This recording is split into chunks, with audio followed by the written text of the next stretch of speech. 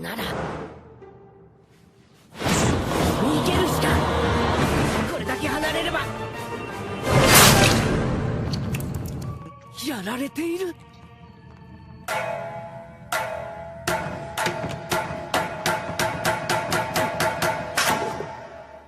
Hey everybody, Bam Collectibles here, back for another statue unboxing review for you. What an exciting time to be a Demon Slayer fan. Season 2 is right on the horizon. I thought no better way to celebrate than showcasing this statue of Muzan by Magic Cube Studios, and this is going to be him in his female form as we saw in the last episode of Season 1. Be sure to stick around to the middle of the video, as well as we're doing a small giveaway for this video. Awesome looking Demon Slayer logo there on that classy looking black round base plate. And if my memory serves me correct, the beast that's surrounding this statue isn't really like a technique or ability. This is just Muzan transforming different parts of his body, in this instance probably his arm, to create this gnarly looking beast we can see wrapping around the staircase. Me personally, I'm not a fan of horror movies at all, but this will definitely have some darker vibes to it than other statues I showcase. There's a notch over here, the one saw effect piece later. Another one on top there's an AC adapter. And on the very back bottom section of the base plate, we will see that's where the power switch is, and also where we do the micro USB to power the LEDs in this statue. The set of stairs was a nice touch for this statue because it almost makes Muzan feel like he is lifted above on a pedestal without him actually standing on a, basic boring pedestal. The monstrosity on the base is already prominent enough, but no, they have some more pieces that they sculpted with this statue. We'll see the notch and steel rod, which will secure it into place, make sure it doesn't bend or warp over time. Here's a closer look at one of those eyes, and you can even see the hand that's right there as well. Super creepy to see some of this stuff up close. They sculpted it with a lot of different shades of red as well. And this is where another piece will be connecting to it afterwards. Now, I might have showed it before, but there's a little notch inside of this section here that it just keys into there and slides right above at the very top of that staircase. With that installed, we can now get the very top of the balcony or the staircase done. On the bottom is the notch and also the male AC adapter connector, and we can see the wood shading that they did here. Again, very legendary. Magic Cube does a great job on the details. Now here's the female port for the AC adapter. We'll see what's going in there later. That's going to light up. There's a lot of features that they baked into the statue, and the engineering to make the power go through all the way to the top is brilliant. So here's that section where there was a notch, and this is the largest piece we have here for, again, this extension of Muzan's body that's going all around the statue. That is extremely large notch and steel rod. We can see that they write mouths within mouths, tongues, eyes, hands. That thing is ridiculously creepy. Thing of nightmares.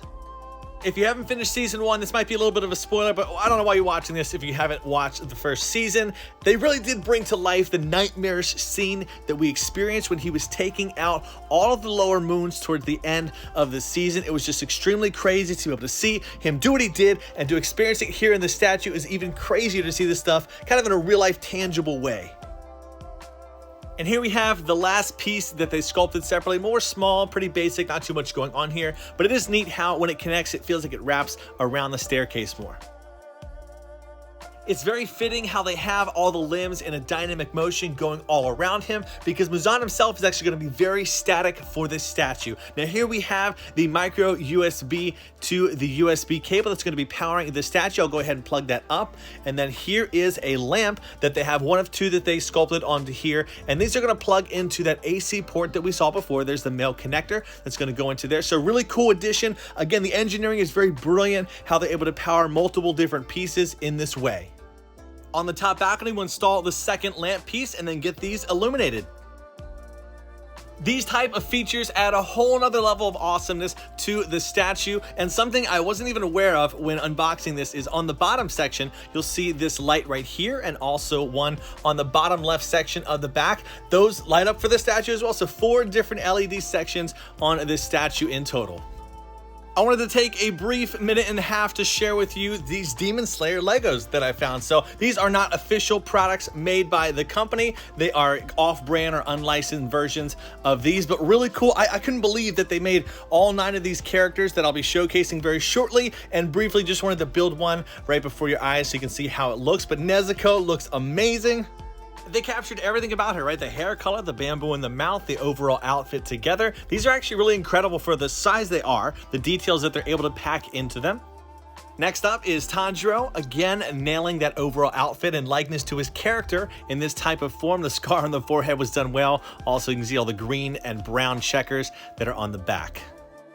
The katanas for the characters are actually one of my favorite parts about them, the way that they got all the details in there. Zenitsu is looking awesome as well. If you actually lift his hair up, it will reveal he has two different heads that you can use. I'd probably more fitting to use him in the closed eye form. That's what I prefer for these right here. So we'll spin that around, pop that on there, and there he is again.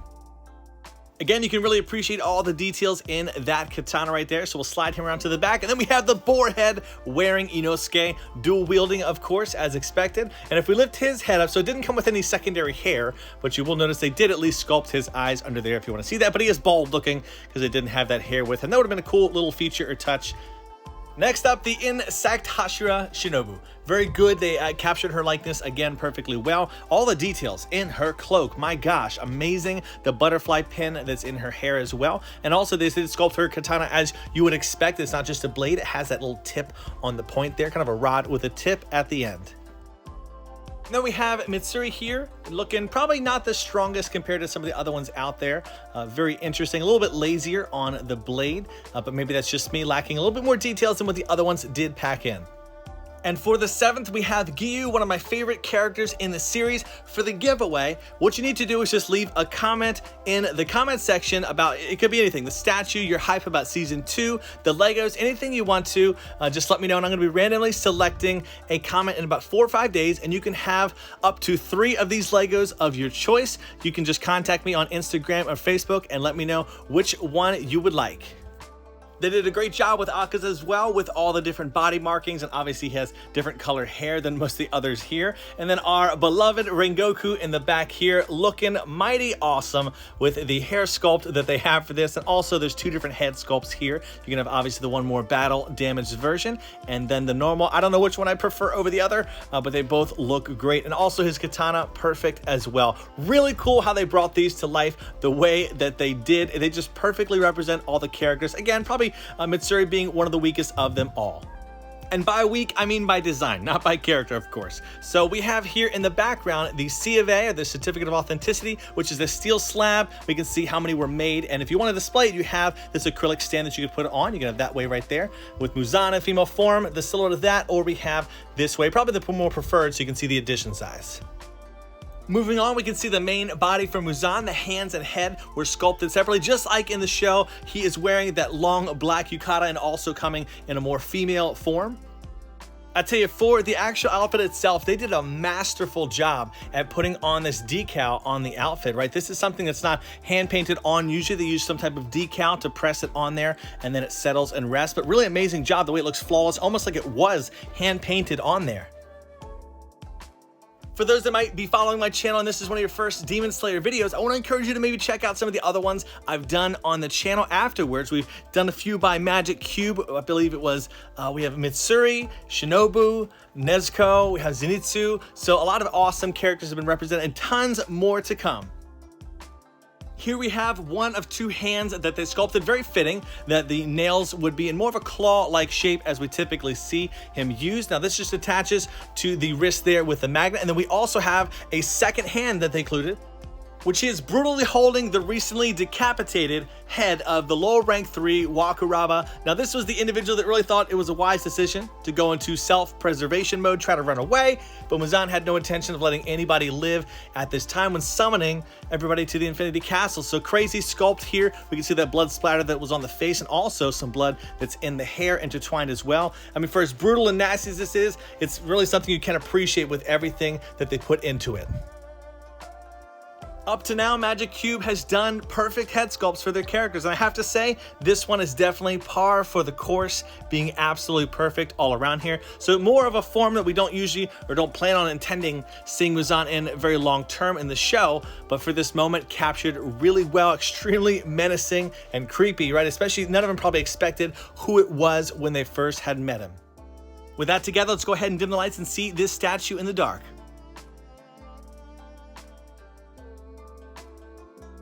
I rarely ever use the P word in a statue unboxing, but this one is perfect. So I love the Demon Slayer logo on the front, also the crazy, creepy Muzan limb that's wrapping around the whole balcony, and then also just the masterful job that they did with the outfits, and the LEDs were so accenting for the statue. This is definitely gonna be one of many Demon Slayer statue unboxings coming to the channel. I hope you enjoyed today's. I'll see you in the next video, and as always, everybody, do what you love and love what you do. Bam out.